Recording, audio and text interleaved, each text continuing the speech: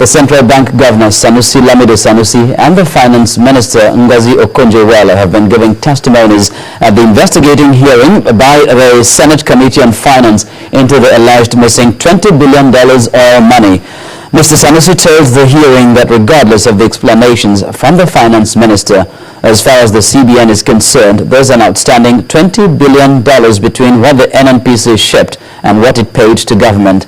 Mr. Sanusi insists the outstanding $6 billion given to the NPDC should have gone to the federal government and that the CBN received 3 legal opinions on that position, while offering to bring lawyers to defend that claim.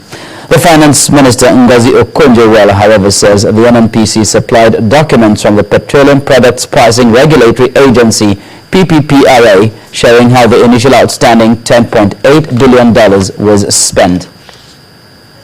You recall that we started from $49.8 billion, and after the interagency reconciliation in December, we came down to 10.87. And this 10.87 was classified as non-remitted funds.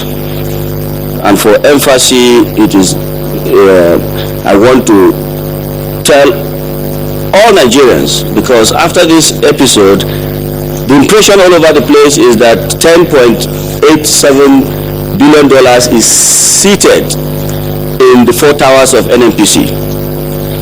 And my staff and myself have been portrayed in very, very bad light. I want to be emphatic today that no $10.8 billion is seated in NNPC or anywhere within our control. What we are talking about today, which we have gladly emphasized on today, is to account for this. And the $10.8 billion, after a series of discussions and presentation of documents and reconciliation meetings, was traced to the 4 major items today. Those items are the subsidy that we have discussed extensively, and that is the reality. We've discussed about legalities and other issues. We've discussed about budgetary provisions, but the reality today that I found when I stepped in on the 26th of June 2012 is that subsidy on kerosene was still there, and it is still there as we speak. So the total amount based on our reconciled figures is $8.76 billion.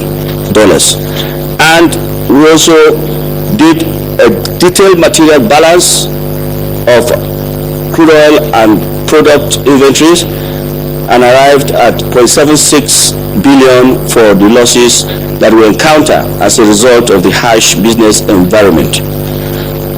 We also had to account for the national strategic storage that we keep as a result of outage and access to our inland storage, and we had to skew to the offshore storage, and that has come at a cost, and these costs are all not provided for in the subsidy templates.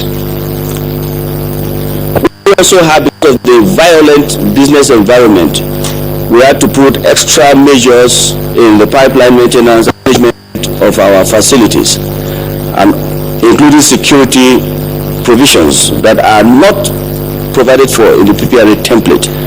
This also come at a cost. So, Mr. Chairman, and I'm glad that others that spoke before me confirmed that those are numbers that we brought.